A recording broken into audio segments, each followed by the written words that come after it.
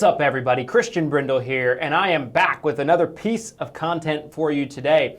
And I'm joined with my business partner, my partner in crime, the co-host of the 7 Figures or Bust podcast, founder of Lead Heroes, Hire Heroes, co-owner of Everything Senior Insurance, Glenn Shelton. Was that the longest introduction ever? That was a fantastic introduction. I appreciate you having me on this set today. What a set we're on here in Nashville, Tennessee. Do you want to give a little backstory maybe to the folks? Or where are we? So I live in Nashville now. This is my office. No. Guys, we are in Nashville, Tennessee for an event of sorts that we are co-hosting. Event of sorts? An event of sorts? We're in Nashville. It's like Willy Wonka right there. It's a chocolate factory. Of sorts. Oh my God. This is starting off interesting. We are in Nashville, Tennessee for the 7-Figure Playbook event. We are co-hosting with Chase Gruning, a.k.a. Coach G. Yes. And so we are at the Greatness Factory right now. We are. We are recording some fresh content for you guys today. And the topic at hand, Glenn, is a controversial one. Every time we bring it up, I feel like we are talking about someone's mother with the type of reactions we're getting. We might as well be. True. It's polarizing. It's very polarizing, yes. I think, but the funny thing about it is we've always been on the same page about it. We've always agreed. 100%. Yeah, 100%. And that is Walmart. Oof. How'd it feel even saying that right now?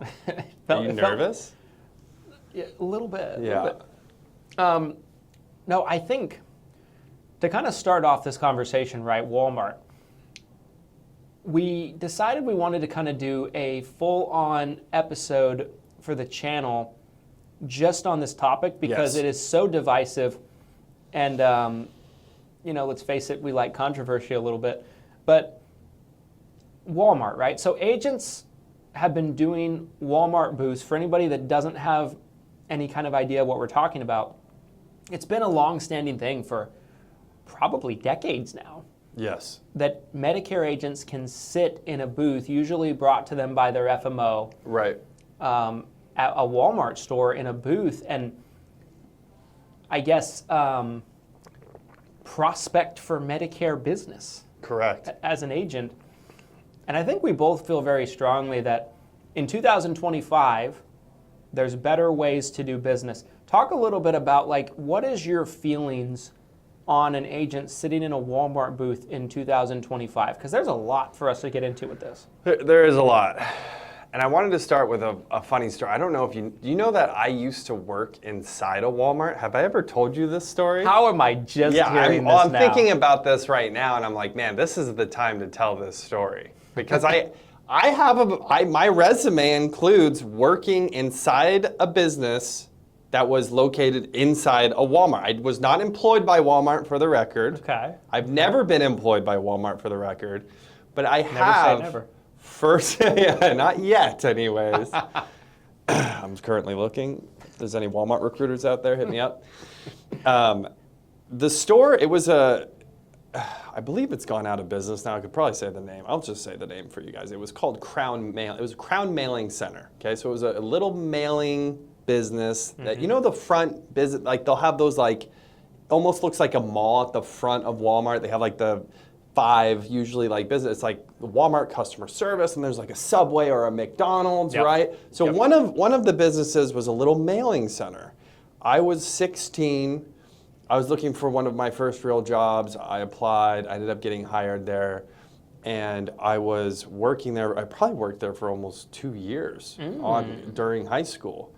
And what I can tell you is that the fluctuation of customers coming into that business over that 2-year span I was working there were times where I could have literally slept on the desk. I was I would do I remember they did balloons, right? And all the sorts of random odds and ends you'd imagine in a mailing center. But we had balloons, so like we could sell balloons. I remember I would get rubber bands and I would do like contests and be like, can I hit that balloon? Because it was so slow at most of the time. There were times it would be busy. There's certain times of the year where it'd get busy, but. What year was this, by the way? This was probably 2000, I'd say 6 to 2008, roughly. So in that window. And dare I say, the glory years in a lot of agents' eyes, right? Sure. I would say the glory years in a lot of agents' eyes, maybe a little bit later than that, but probably like 2010 to 2018. Yes. Or something like that. And there's still agents today that feel like it is a tremendous opportunity for them. For sure. And they can write a lot of business. Yes. So if an agent was going to talk to you today, let's say little Johnny approaches you. He says, Glenn, I need your advice. I'm considering buying a bunch of Lead Hero leads, or I can give that money to a Walmart store. Why should I not do Walmart? What would you say? So again, getting into specifics of Walmart today, because there's also this other piece of this conversation where I think you could take a step back and just talk about retail as a general category, right? And let me ask you I want to answer your question with a question here. If you need something, you're at home, you realize your daughter needs something, your wife needs something, you need something, what is your first reaction? Are you getting in the car to go drive to the store, or are you pulling up your phone and you're going to order it online?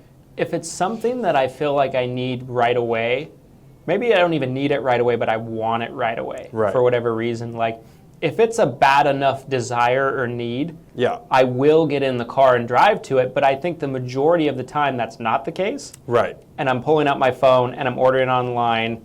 I'm an Amazon Prime member. It'll be there 2 days later kind of thing. So vast majority of the time, I'm ordering it online. Yeah. I mean, I would say in my home, 80% is probably being done online. We still go to the store on a weekly basis. Groceries, we're getting, going to Costco. Sometimes I'm going to Walmart still, but 80% of our shopping's done online. So if retail as a category, if this is kind of the trend we're seeing, especially I'd say since the pandemic, right? We've seen this exponential growth with online shopping. You can buy anything you want online, it'll show up at your front door. If retail's dying in such a big way, why would you want to tie yourself to this sinking ship, right? That's part of it. The other part of it is you just have no control. Like I'm saying earlier, when I was working inside this mailing center, inside Walmart, there was no control over how many prospects would be potentially even available to walk by that store, come in. You can control your lead flow, whether you're working with Lead Heroes or, we have a great preset appointment program that can keep your schedule full, keep you in front of prospects, or you're working with some other marketing company, or you're doing your own marketing, you're doing your own ads. You can control the flow of prospects in a way that is infinitely better, in my opinion, than standing around and hoping that someone comes by. Not to mention, again, being someone that, as a consumer that's been pitched in a store recently, it's kind of off-putting, right? Like I'm trying to buy something, I'm not there to talk to you, and you're like, hey, stop, come here, I want to talk to you about Medicare. Sir? Yeah. Sir? Yes. So I feel like there's 3 really important topics of conversation that tie into this, right? Yeah. And I think we should go deep on all 3 of them, one by one. But like, number 1 is why the vast majority of agents, and we've touched on it a little bit. You've already kind of started going into that a little bit, but the why, because if you look at the numbers, on average, most agents are writing very little in Walmart Boost. There's certain agents out there that, maybe they're in a good location, whatever the case might be, that they will do well in it. There's still some of them out there, but we've said it before, the exception, not the rule. Right. So first topic is why agents are not typically on average doing great there. The second one is, even if you are doing great there, why it's a good idea to find ways to continue your growth outside of it. Yes. I think that's something we both agree on. Yes. And then number 3, all the costs of being there. Yeah. The profit sharing, all that stuff. I want to get into all 3 of those. So let's start with the easy one. Most agents are not writing that much business at Walmart. Correct. You started going down that rabbit hole a little bit, but let's dive into it deeply, right? So Yes. you hit on it a second ago. It's a kind of an awkward way to do business, right? It's almost like I'm coming in, let's say, for a beanie, which is the last thing I went to Walmart for. I wanted a different color for every day. Have the rainbow. So let's say I'm a senior. Yeah. And I'm 65 and I'm still buying beanies 40 years from now, 43 to be exact. And I walk through and there's a table there. Yeah. And I see a guy sitting at the table. I'm probably walking the long way around him. Right. Right? Right. Like, talk about that a little bit. It's an interesting dynamic. It's almost like the mall dynamic. I remember I used to go to the mall and there were these guys that were from Israel and they were selling Dead Sea cream and stuff like that. And one time one of the guys told me I was just ugly. He was like, "Hey," you look like shit. Come over here. Come over here. And I was one way to hook I was like, what? We need to try that. Maybe that's the hook right there. You look like straight ass.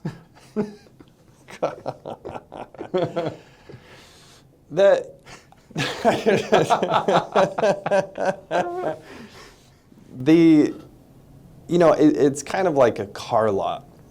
Same feeling, that same concept where it's like you might just want to be looking around. You might not even have intentions of buying anything.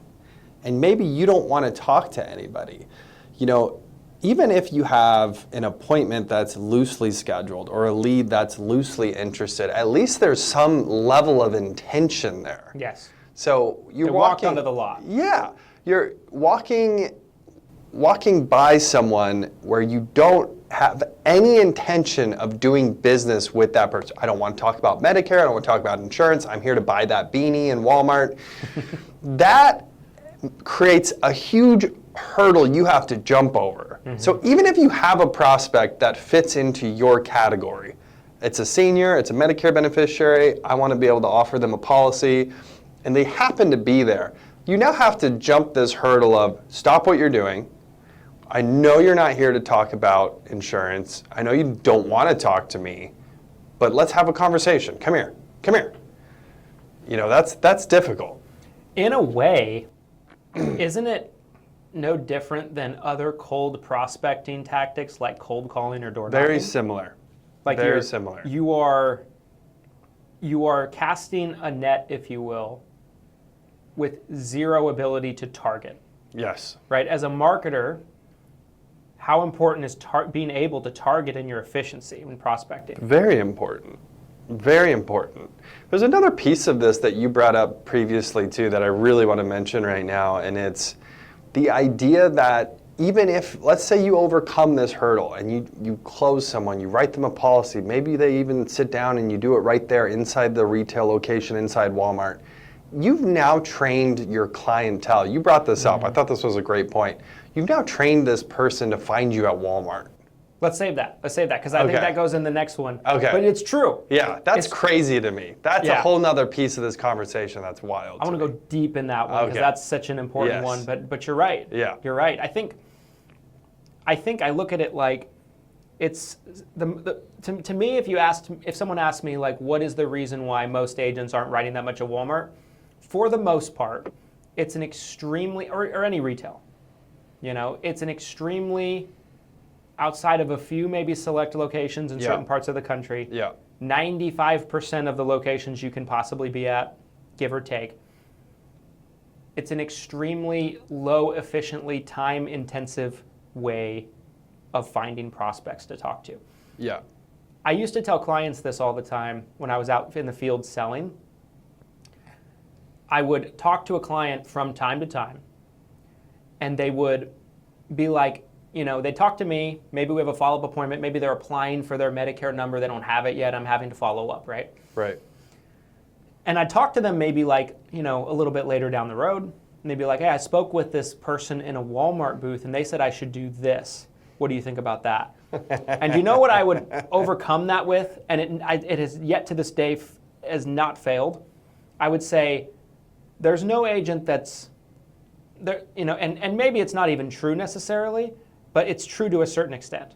Like it's mostly true, but maybe not all the way, but exceptions don't disprove the rule. Right. I would say the vast majority of agents that sit in those booths are new. Yeah. Because they don't have anything else to do. And Right. then I've told clients this before. We put our new agents in booths because we don't know what else to do with them Right. to keep them busy. And I've said that multiple times to clients, and I see them smirk. Right. Because they know I'm right. Right. And I'd be like, so why do you want to listen to them? Yeah. I'm like, no agent that's actually, accomplished and busy has time to sit in this store all day. Correct. And it's never failed. They're always like, yeah, screw that. Yeah. What do you think I should do? Yeah. And I'm like, the opposite of what the all Walmart agent said, usually. I'll never forget this. I had a situation where I had a client that was working with me. Long story short, it was a woman turning 65. Okay. Her husband dealt with all of her insurance. He was her caretaker. And she had kidney failure, end-stage renal disease. Oh. She was on dialysis. And she was turning 65, right? So as many people know, she's in her open enrollment period for MedSup, turning 65. It's the one time she's going to be able to get a Medicare supplement with no health questions. Right. So obviously that's the suggestion, right? Yep. Am I going to recommend a Medicare Advantage plan to this lady? No way. She's going to guarantee hit her max out of pocket. Right. There's no question about it. Right. So it's a slam dunk. I recommend a Plan G. Yep. It was like $100 a month at the time. It was Right. awesome. The best PDP for her. Yep. No question about it. Well, anyway, we apply for the Medicare number. I come back to the house, and sure enough, the husband was talking to a Walmart agent. And the Walmart agent was like, you can get a $0 premium plan for your wife. This is stupid to get this Plan G. And so he's a little bit like upset with me in a way that like, I didn't recommend that. And I'm telling him, I'm trying to walk him through the differences of the plans. And it gets to the point where I'm almost pleading with him. I'm like, don't do this. Right. Even if you don't want to work with me, please Right. don't do this for your Right. own situation. You're going to guarantee hit your max out of pocket Yeah. on this Medicare Advantage plan. Right. It was like $5,500, $6,000 at the time. I'm Yeah. like, you could pay nothing. You could pay the Part B deductible. It was like $120 at the time. Yep. I'm like, this is insane.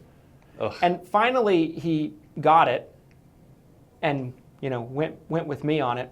He understood. But like, that's the type of advice that a Walmart agent typically is going to be giving to a client because they're Right. new and they don't know what the hell they're doing oftentimes. Ugh.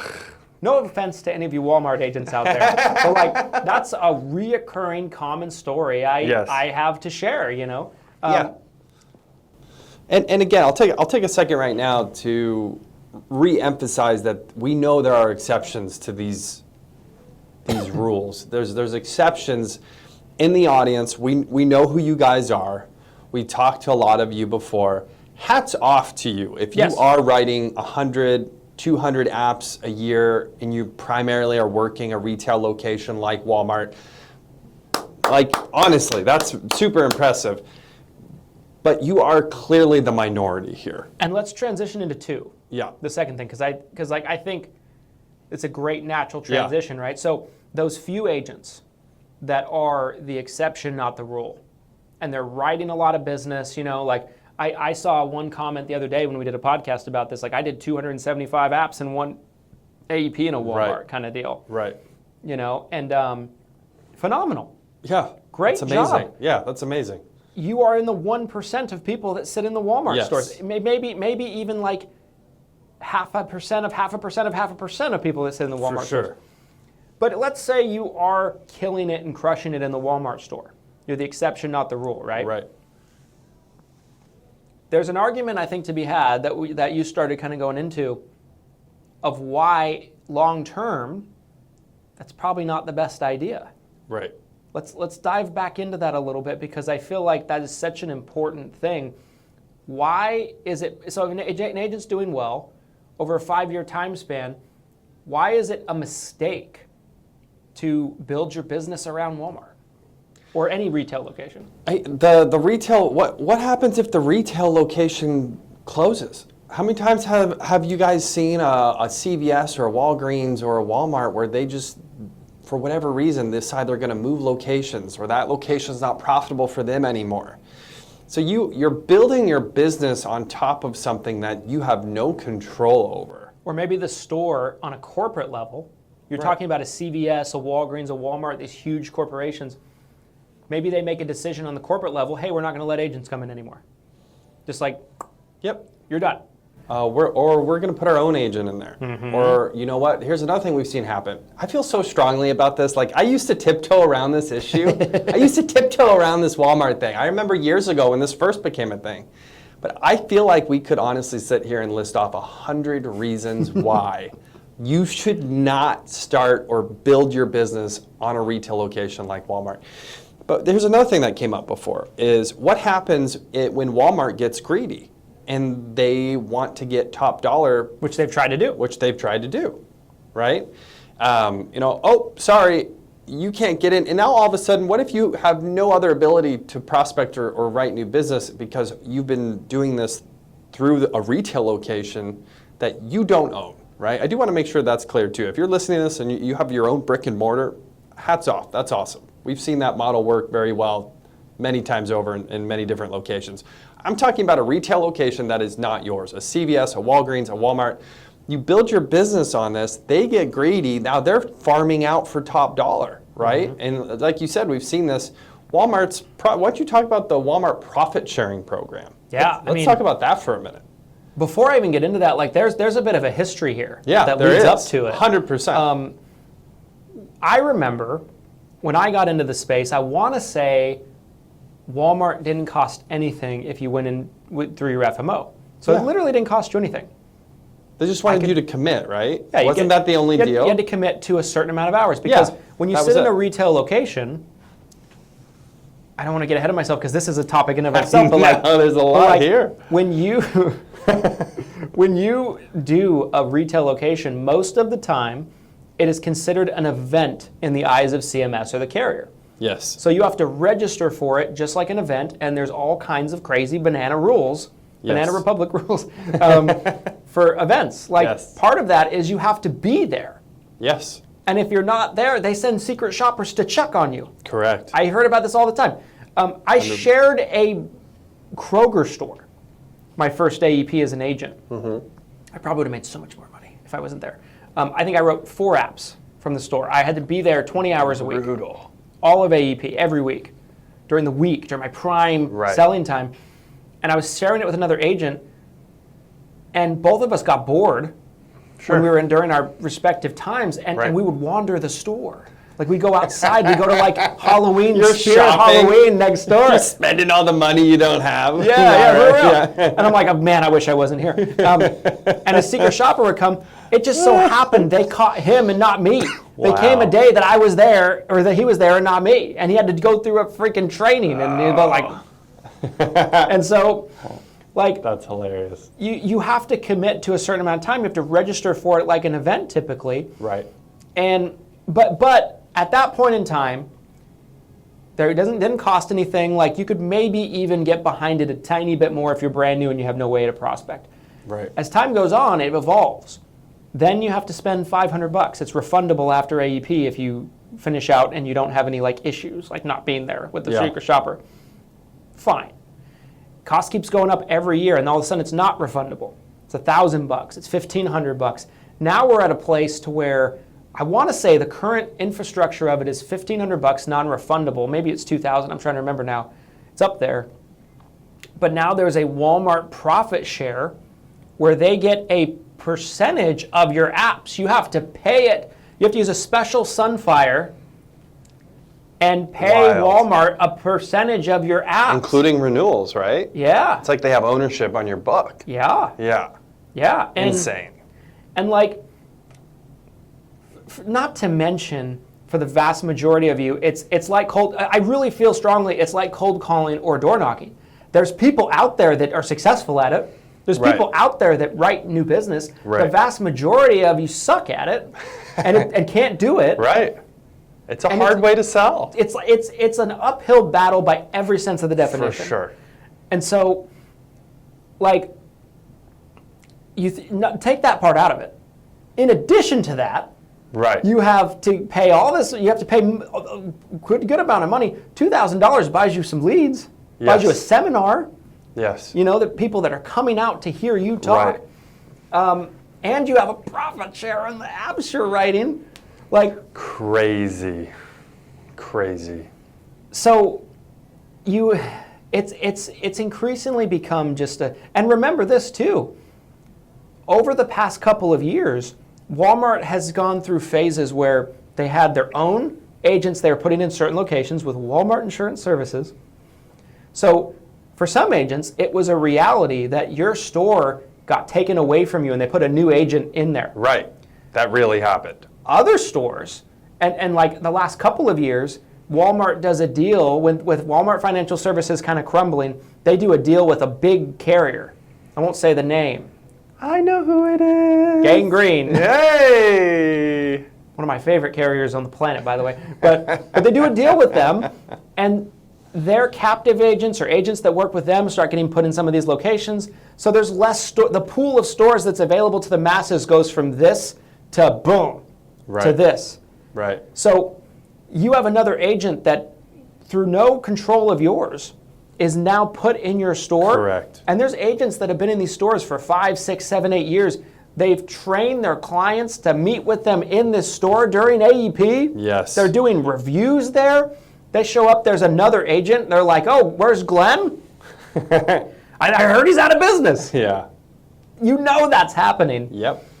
And then they're like, oh, that's too bad. I really liked Glenn. He explained things really well. Yep. He was just such a good guy.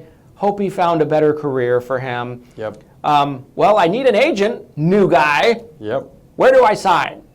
Like, it happens. It does. And it does.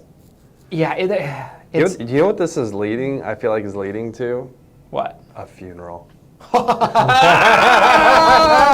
A funeral. Funeral for Walmart. A funeral for Walmart. I feel like this is such a strong argument. I feel like I could take this to the Supreme Court.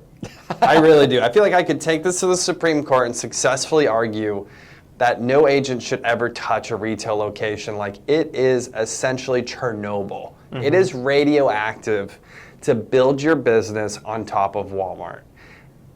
And it just keeps going. So let's go back. I want to get back to the original three things that you meant. So we got to, what was the last one? Remind me what the last one was. The last one was the cost. So we did kind of get into we got that. to the third. Okay, I wanted to make sure we got to those three. Yeah. Yeah. Yeah. Insanely expensive.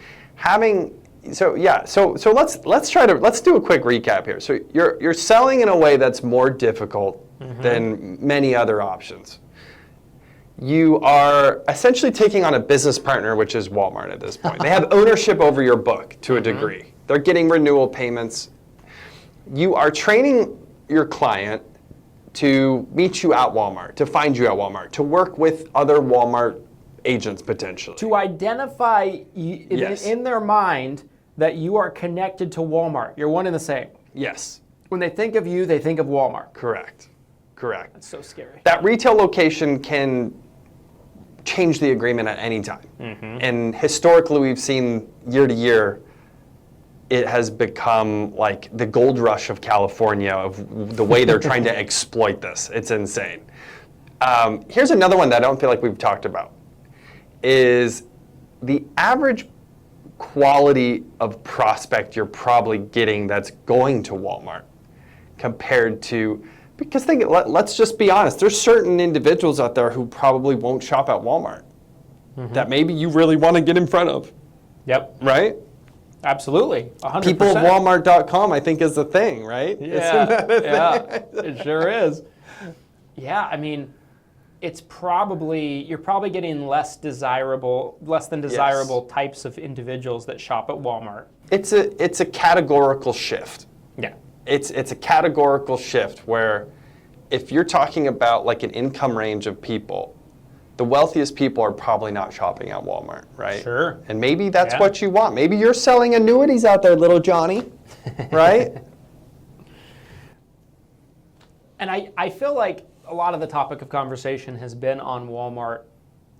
A lot of these stores that are available too are like the CVS's, the Walgreens of the world. Don't even get me started. Those are horrific. Yeah. Like for the very small percentage of agents I've seen that have had success at a Walmart, I don't know a single one I can think of that's ever had success in those stores. Grocery stores. You talk about dead.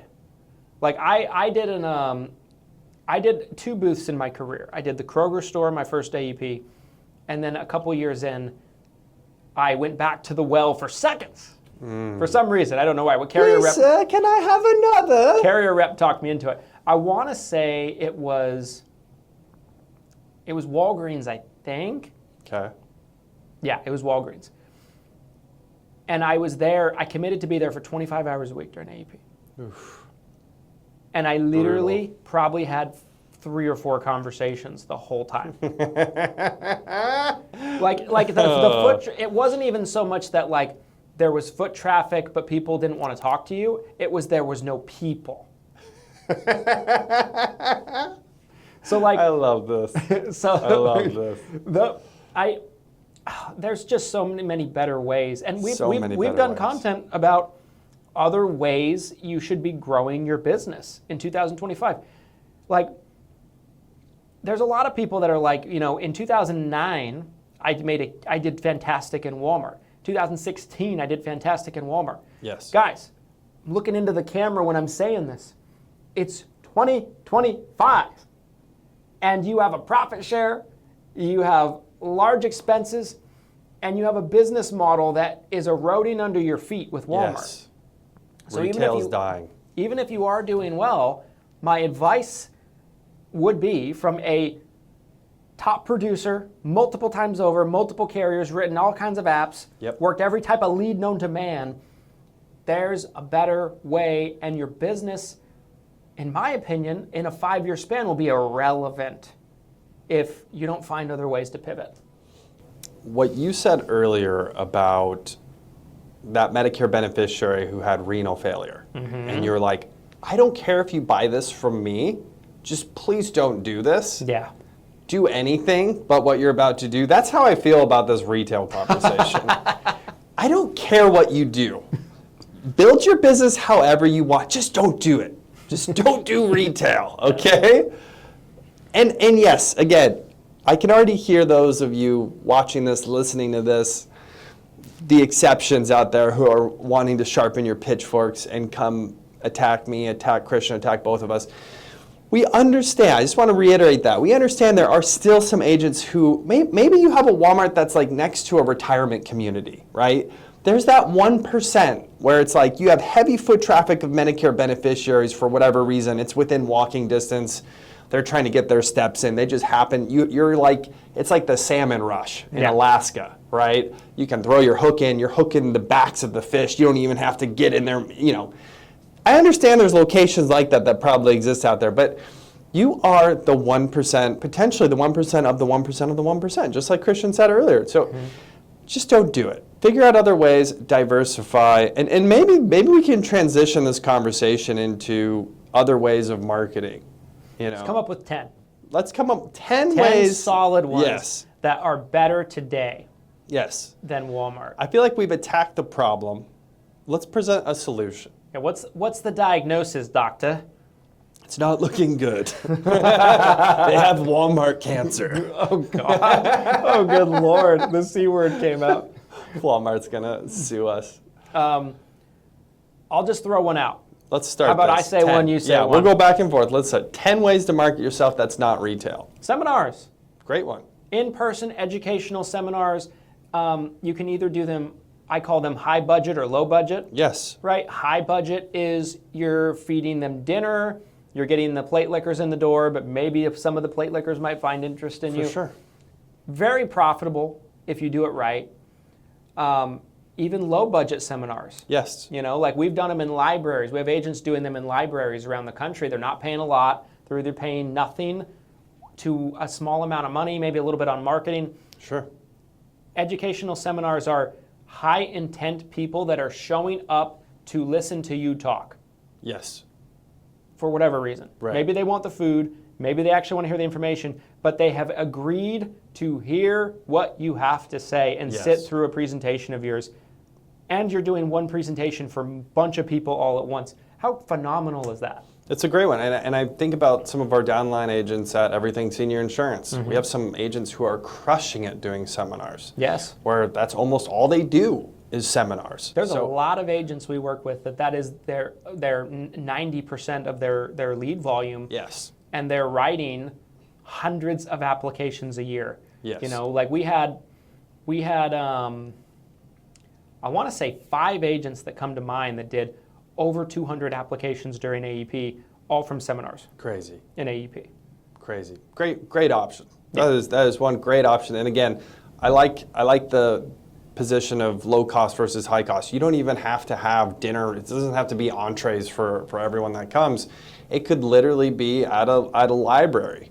You know, have breakfast. I believe breakfast is something you've done personally before, right? You know, finding a local diner. Seniors love those local diners in your area, and it's a simple way to convert them over, where you're essentially covering their breakfast costs to listen to you pitch. So, I think that's a great one. And then, you know, the sister to seminar is webinar, in my opinion, right? So number 2. Number 2, yeah. Webinar. You know, you're essentially same concept, right? Instead of you know, being in front of them physically, you're doing it online. It could be through Zoom. It could be pre-recorded. It doesn't even have to be a live webinar, right? We have a lot of agents that have had success doing pre-recorded webinars, right? Yeah, yeah. Webinars are probably a little trickier for the average agent to set up. Sure. But there's so many tools today that are out there that agents can utilize that are more just plug and play. Right? Yeah. You don't have to buy some expensive course that teaches you how to build your own necessarily. Like, right. You know, that's probably like 5 years ago kind of thing. So it's easier now than ever, but you got to learn how to run ads. But like, if you can perfect it, it's an incredibly useful, high intent way of getting business. Yes, totally agree. So webinars number 2. Number 3, telemarketed leads with lead heroes, you guys. Like, let's go. Come on. It's on the screen. It's on the screen. It's on the screen. Look at that. Look at that. Guys, double verified. Yes. Right? Opts in online to speak with an agent. Yep. Gets contacted by a caller in the Lead Heroes call center. Yep. Gets verbally verified over the phone. Real-time generated, exclusive, and sent to the agent. Nailed it. You're looking at me like, did I say that right? He nailed it. He nailed it. The thing with Lead Heroes, that the secret sauce, so many people opt in online looking for information. So being able to weed out who's really interested from who's not to mention the number of people who get overwhelmed by the original presentation, right? So whoever they originally get a chance to talk to, we're able to contact people 1 to 90 days. They opt in online. They're looking for more information. A lot of times they want to see if they can save money. They might have a Medicare supplement plan where their rates have increased. So being able to find folks who are still interested, maybe they never got the help, maybe they talked to a captive agent who couldn't help them. And now you as a broker can come in and truly help this Medicare beneficiary get the coverage that they want. Mm-hmm. We also have a really great preset appointment program where we can capture the scope of appointment, schedule it 48 hours or further out. It shows up automatically on your calendar or in your CRM. It's like magic. It really is, you guys. And we've done, I would say, over the last several AEPs, millions of dollars worth of preset appointments for you guys, and it's been one of our highest regarded services that we offer. So I don't know if that counts as 2 preset appointments versus the telemarketed leads, or if you want to count that as 1. I'm sure we can still get to 10. I think we can allow it. Yeah. I think it makes sense, right? Because there are very different lead types. Yeah. Does that bring us to 4 in the books? That's 4. So now 5. I guess we'll go back to you for 5. Okay. So for 5, I would think doing Medicare 101s or bingos or some type of grassroots marketing at like a 55 and up community still would trump absolutely Walmart or it some type definitely of booth. trumps Walmart. Those can be really, really good. Yeah. You know, you get in and you come in and it's like an older community and they want to do crafts with you. They want to do this with you. They want to do that with you. And, you know, you're doing the activities director a favor.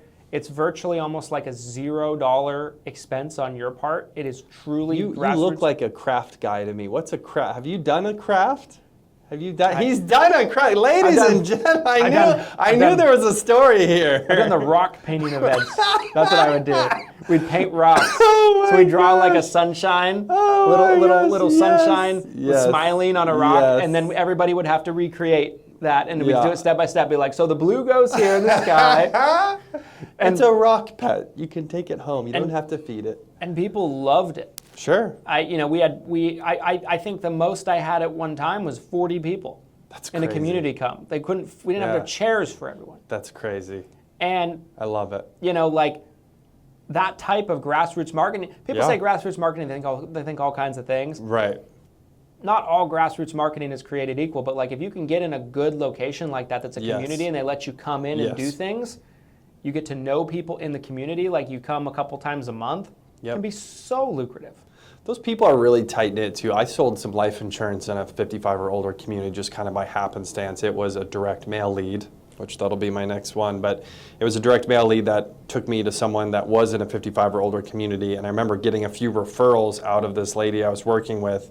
So I do think sometimes when you can find a community like, and there's so many different communities, it doesn't have to be a 55 or older community. We have agents that we work with that have gone into certain different languages, communities of people that speak different languages, and that's its own niche, right?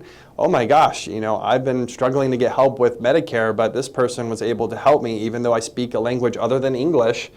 And I'm not trying to avoid saying what it is. It's a variety of languages. It's Spanish, it's Chinese, it's Vietnamese. I mean, I've heard all sorts of different languages. Russian. I've literally heard all sorts of different types of foreign languages that have been a successful niche that people have cracked into. But the next one, so that was 5. So I'm coming back, this is 6, direct mail leads. You know, we've talked a lot about direct mail leads, I've worked hundreds, thousands of direct mail leads personally as an agent over years, and it's one of those things where I wouldn't necessarily build your business on it because I do think mail's slowly dying and has been dying a slow death. But it still works. It still works. People are still responding to mail. They're still filling out cards. They're still sending it back. So you really can't go wrong with direct mail as a piece of your marketing budget, in my opinion. Agreed. I mean, I feel like direct mail can also come in many forms from the standpoint of like we have agents right now that send out customized direct mail pieces that the intent is to have people call them. You know, that have built books of businesses of thousands of clients, literally. Turning 65 mail pieces, right? The one they say, call me. The person that comes to mind is Becky Reel. Yeah. You know, up in Pennsylvania. By the way, Becky has a great course that teaches you her entire system. There's a plug for Becky, by the way. Guys, reach out to her about that. It's super affordable. One deal makes it worth it for you to buy it. But like, she's created like a whole system around customized inbound call direct mail that just crushes. Yeah, she presented at the summit. She talked about this. Yeah, I remember. So like, you know, direct mail comes in many different forms. I think the next one for me is building a network of referral partners. Great one. Right? Like whether it be financial planners, dentists' offices, doctors' offices, other agents potentially that might not sell what you sell, or maybe they're in a different state. Businesses, you know, that have similar clientele, like, you know, a CPA, elder law attorneys. There's just so many different ones that can send you referrals. You know, I have not done a lot of work in building referral partners in our business for years. You know, for, I don't know, 7, 8 years since I probably even attempted it. And we still have people sending us referrals from all over the place. Super that passively. person, that person, this person. I'm like, you know, we get so many referrals in ESI internally. It probably will equate to I was going to say hundreds and hundreds of clients. Yeah, I was going to say, I think last year alone we probably generated a few hundred clients on very passive referrals. I would say 300. Yeah, very passive referrals of agents who weren't licensed in states that Everything Senior Insurance is licensed in doing business in.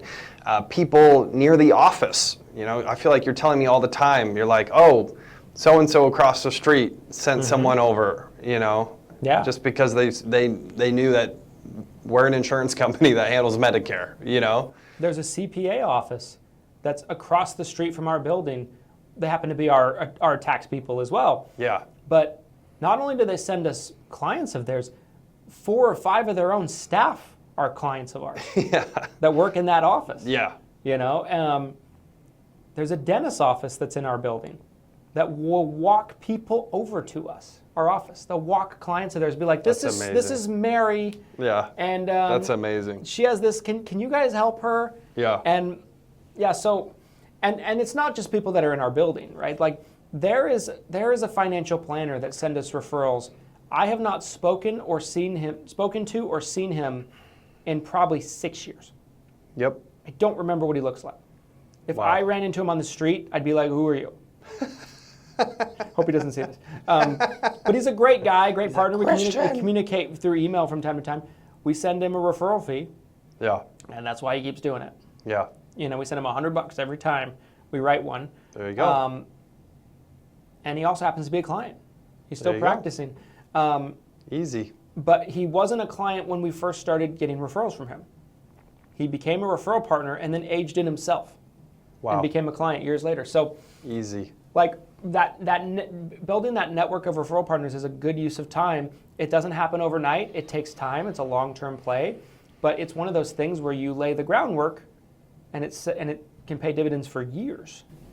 Yeah, I think though I love referrals, huge fan of referrals. I aggressively went after referrals as an agent myself.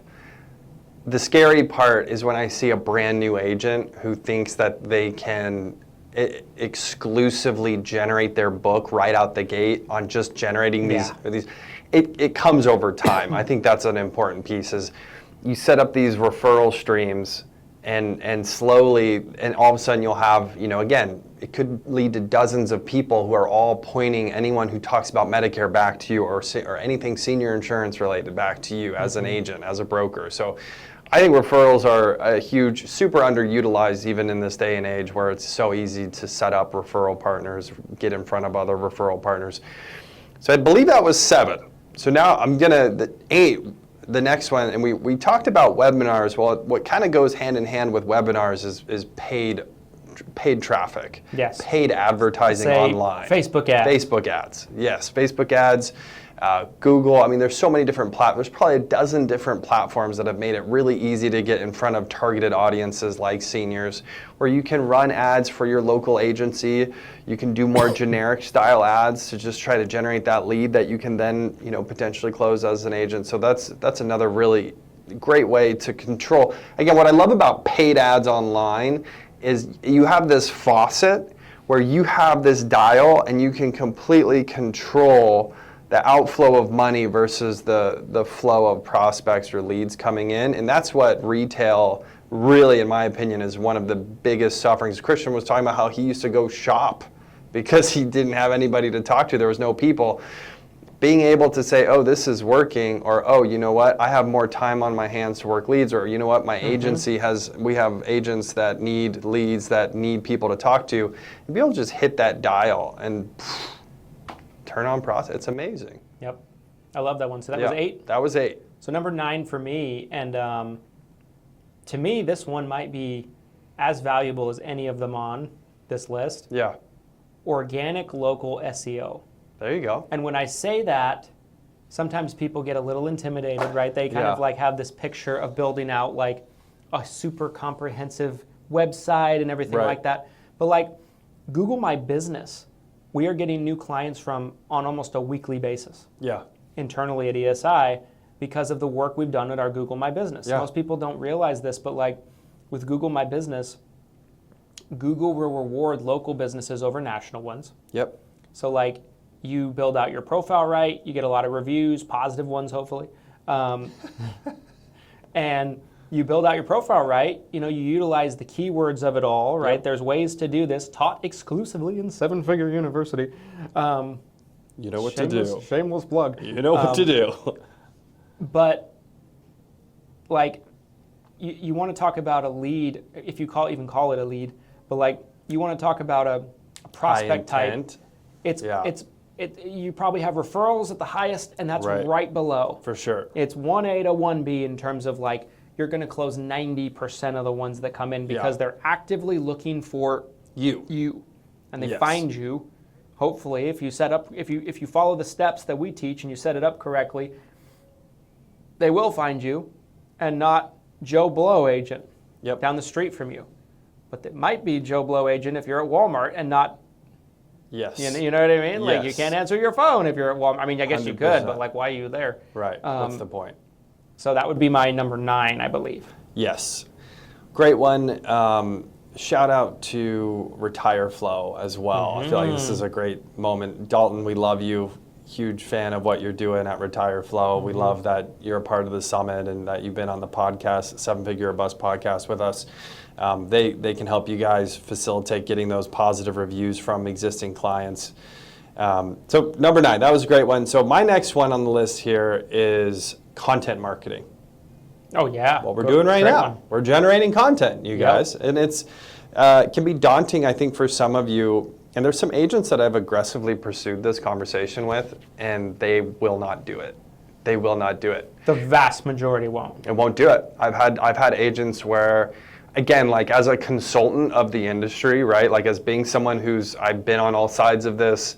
I've been a marketer, I've been an agent, I've owned an agency, owned an FMO. Like, I feel like I really see the full picture of like how you can be successful. And like this wasn't even like a paid consulting session or anything. I'm just sitting talking to an agent and I was like, hey, you should really just sit down, list out like 100 ideas of what you'd want to say to a Medicare beneficiary, and then just start filming short videos and upload them to YouTube. And eventually that'll start paying huge dividends for you. Not to mention it's content that you can give to existing clients. It helps build the brand, it helps build visibility. And the reaction was like, oh yeah, I'm not gonna do that. Just scared to put themselves out there, I guess, A lot of people are terrified of getting on a camera. It's kind of almost like a similar sensation for them as like standing in front of a room of people. Yeah. Even, and talking live, like, even though it's not really like that, it's like you're looking into the camera, you're looking into the dot, Right. It's not really that bad, and it's something you get better at the more you do. Right. But I think that's a huge one. For sure. I'll give you an example. I created a video that we put out during AEP, this past AEP, that went on our consumer YouTube channel. Yeah. One video. It reached 10,000 views for free, not a penny spent. And it resulted in several calls that resulted in clients and sales. And this is something you can go verify yourself. You can pull up the consumer facing YouTube channel. You can see how many views a video like this got. So it's like when you have that type of concrete evidence, how you still jump to this point of I'm not going to do that, or I don't need to do that. I think you have to do it. If you really want to be successful in 2025, I think you have to generate content as an agent, right?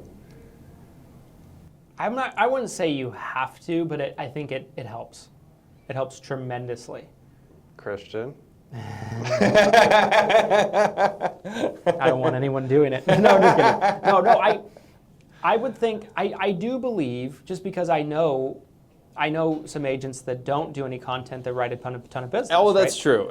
Yeah. So I don't think you absolutely have to do it. It's like content or bust kind of thing. Right. But I think it helps you tremendously. That could be your next podcast. Content or bust. Content or bust. Okay. Ooh, like spicy. And not every video is going to get 10,000 views, right. But like it doesn't have to. Doesn't have to. Like if I put a video out that gets 300 views and one person sees it and calls in and buys a policy, it's a true up potentially. That's worth my time in making the video. And then all of a sudden, and then from time to time you have the 10, 15, 20,000 videos that, like, we have one video that reached 20,000 video views a couple years ago, and it resulted in, I stopped counting at 60 new clients. Yeah. From that one video. 60 clients. That's insane. Especially from a cost perspective, when you think about like an average CPA of the industry of, let's say, $300, throw a number out there. You know, the amount of money you're saving on marketing costs generating those clients without spending that money is insane. You know, coming from a lifetime legacy marketer like myself, someone who's been in the business marketing for over a decade now. I do want to say too on this, the reason I got into content marketing originally was because at Lead Heroes, I was getting the same questions from clients over and over and over. Mm-hmm. It was driving me insane. So literally, I just took like the FAQs, the frequently asked questions. This is as simple as it can be, you guys. Take the FAQs, take those frequently asked questions, and just film a little video. Write a little blog. Whatever piece of content you're comfortable doing. It could be an audio-only podcast if you really don't want to show your face. Mm-hmm. I don't know. I just feel like there's no excuse. Not saying you have to. No, you're right. You're right, though. You're right. There are agents out there. There are agents out there who are crushing it, and they're not doing a single piece of content. And hats off to you for those of you who are doing that. But I just feel like there's no excuse not to. If you don't want to show your face, you don't have to. Sure. Yeah. I mean, you look at the Everything Medicare podcast. Yes. Many of you that will watch this remember that. It still is out, by the way. Doesn't mean you have to not remember it. But if you, by the way, you Google Medicare podcast, it usually comes up number one. Still, 2025. Still the number one Medicare. 7 years running. No big deal. But like the first year, I want to say that I did that, or maybe longer. It might have been a year and a half or 2 years potentially. Yeah. It was a completely audio podcast. There was no video. Why? Because I was a numbnuts and didn't know how to do the video. I was like, huh? I'm like, how do you do this? I'm like, this is black magic. Witchcraft, I say. And so I would interview people, and I would put them on speakerphone on my office phone, and I'd use an app on my cell phone and record them. And I'd be like, tell us about the time. And they'd be like, what's wrong with that? And I'd be like, oh yeah. Yep. It was terrible. And people watched and people downloaded and listened. Yeah. And people called and did business with me. Like it doesn't have to be perfect. It doesn't. But if you're putting out good information and you're really trying to make it valuable, people will gravitate towards that, always.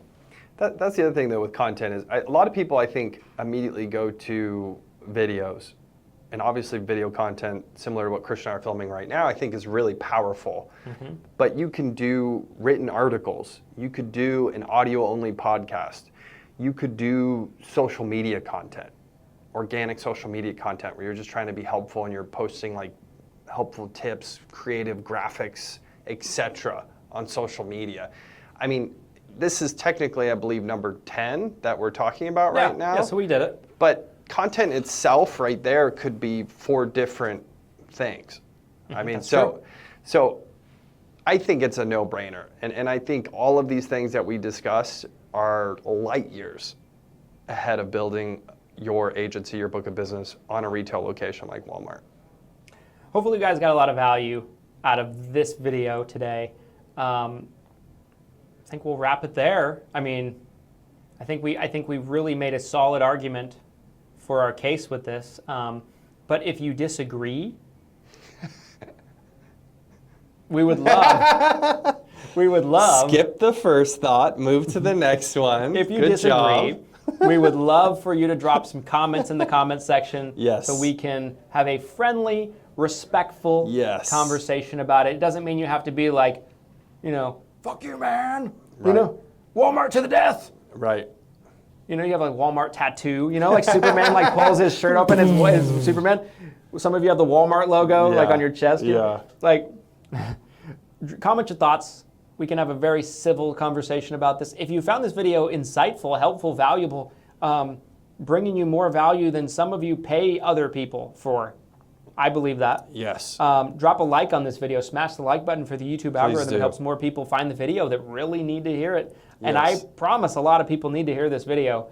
100%. Subscribe. by the time you see this, we're probably past 7,000. We're on the grind to 10,000 subscribers on the YouTube channel. We are. And we'll be back with you on the next one. Thank you guys for watching. Hope you enjoyed this special broadcast, if you will, of Glenn and I together in person, face to face. Thanks, everybody.